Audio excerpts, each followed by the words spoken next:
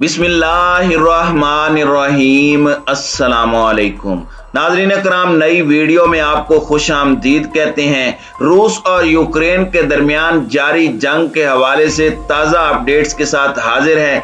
मगरबी मीडिया इस वक्त पुतिन की किरदार कुशी में सरगर्म है। रूसी सदर पर 12 सींगे और हिरनों के खून से नहाने का इल्जाम लगाया गया है, जिसका मकसद पुतिन को शकीउल कल्ब और तवाहुम परस्त साबित करना है। जबकि मगरबी मीडिया की जानिब से यह भी कहा जा रहा है कि रूसी सरबराह कैंसर की आखिरी स्टेज पर हैं और उनकी मौत किसी वक्त भी वाक़ई हो सकती है।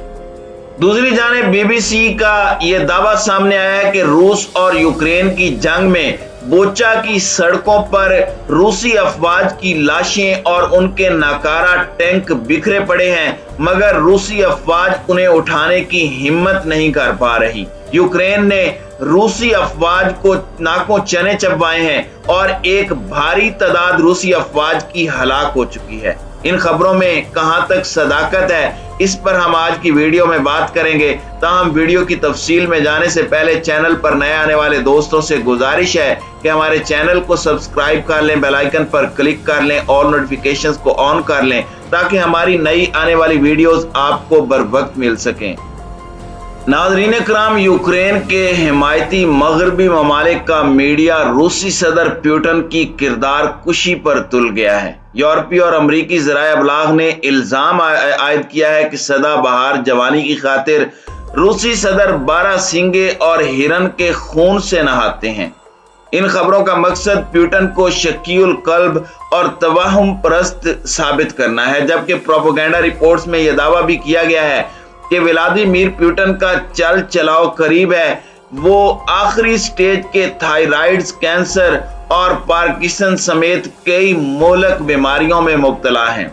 इसलिए उनके साथ दर्जनों स्पेशलिस्ट डॉक्टर्स और रिवायती तबीब मौजूद रहते हैं।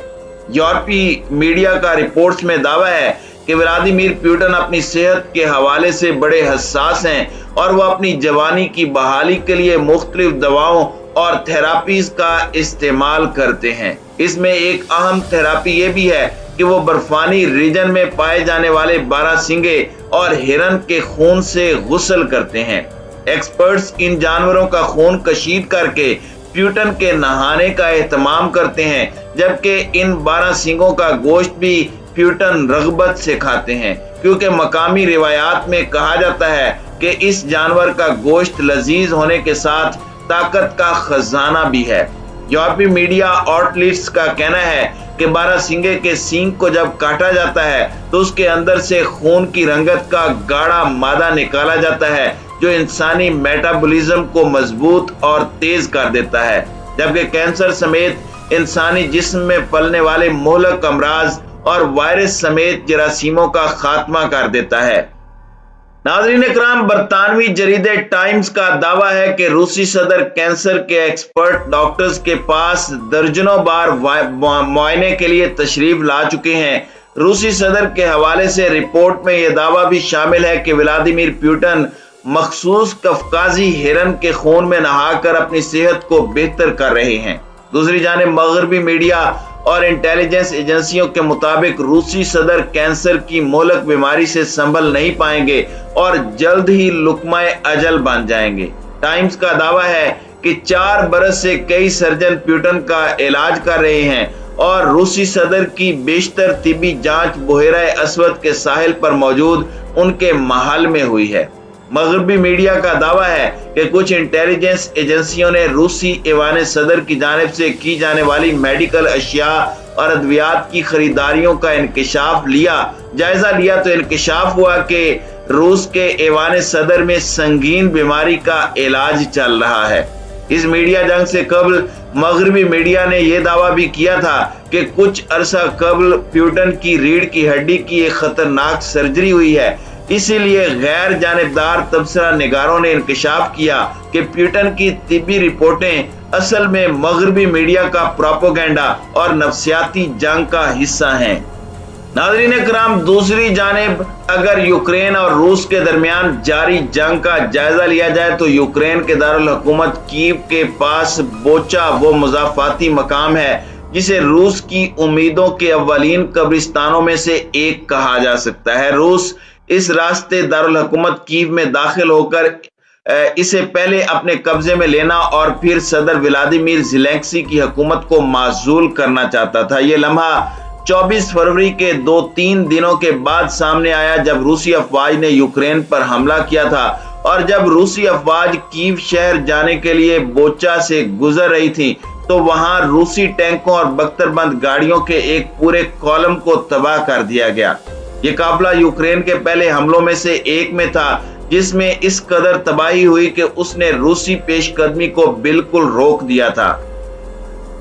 नाज़रीन इकराम, बीबीसी का कहना है कि बगैर किसी शवाहिद या किसी भरोसे के मॉस्को का कहना है कि वस्ती यूक्रेन में उसने अपने जंगी मकासद हासिल कर लिए हैं और इसके मकासद में कभी भी कीव पर कब्जा करना शामिल नहीं था। सच ये है कि गैर मुतवक्के तौर पर यूक्रेन की जानिब से शदीद और मुनज़्ज़म मुज़ाहिमत ने रूसी अफवाज को दारुल हुकूमत से बाहर रोक दिया और इसका सबूत कालम के वो जंग आलूद और टूटे फूटे जंगी साजो सामान है जो अब वहीं पड़े हैं जिस मुजाफाती गली में उन्हें तबाह किया गया था। नाज़रीन इकराम, बीबीसी का कहना है कि जंग की इब्तदा के 2 या 3 हफ्ते बाद ही रूसी हमलावरों की रफ्तार खत्म हो गई और इसका जवाब बोचा में सड़कों पर आपको मिल सकता है कि आखिर ऐसा क्यों कर हुआ। रूस की फिजाई अफवाज के एलीट दस्ते अब इन बख्तरबंद गाड़ियों में सवार हुए जो इतने हल्के थे कि हवाई जहाज के जरिए ले जाए जा सकती थी। इन गाड़ियों पर सवार होकर वहां दाखिल हुए वो चंद मील के फासले पर मौजूद होस्टोमिल हवाई अड्डे से आए थे, जिसे हमले के पहले दिन ही हेलीकॉप्टर के जरिए उतरे हुए रूसी छाता बरदारों ने कब्जे में ले लिया था। उस वक्त भी यूक्रेन की अफवाज की जानिब से शदीद मुज़ाहमत की गई थी। जब ये फौजी दस्ता कीव जाने के लिए बोचा के रास्ते से गुजर रहा था तो उन्हें सख्त हैरत का सामना था। यहाँ सड़क तंग और सीधी है जो कि घात लगाने के लिए एक मिसाली जगह कही जा सकती है। ऐनी शाहिदीन का कहना है कि यूक्रेनियों ने काफिले पर तुर्की से खरीदे गए बैरकदार ड्रोन से हमला किया। दूसरे पड़ोसियों ने कहा कि यूक्रेन के इलाकाई दिफाई रजाकार भी उस इलाके में मौजूद थे। बहरहाल उन्होंने ये काम अंजाम दिया और पहली गाड़ियों और आखिरी गाड़ियों को निशाना बनाकर बख्तरबंद गाड़ियों को तकरीबन मासूर कर दिया। मलबे को अभी तक छुआ नहीं गया।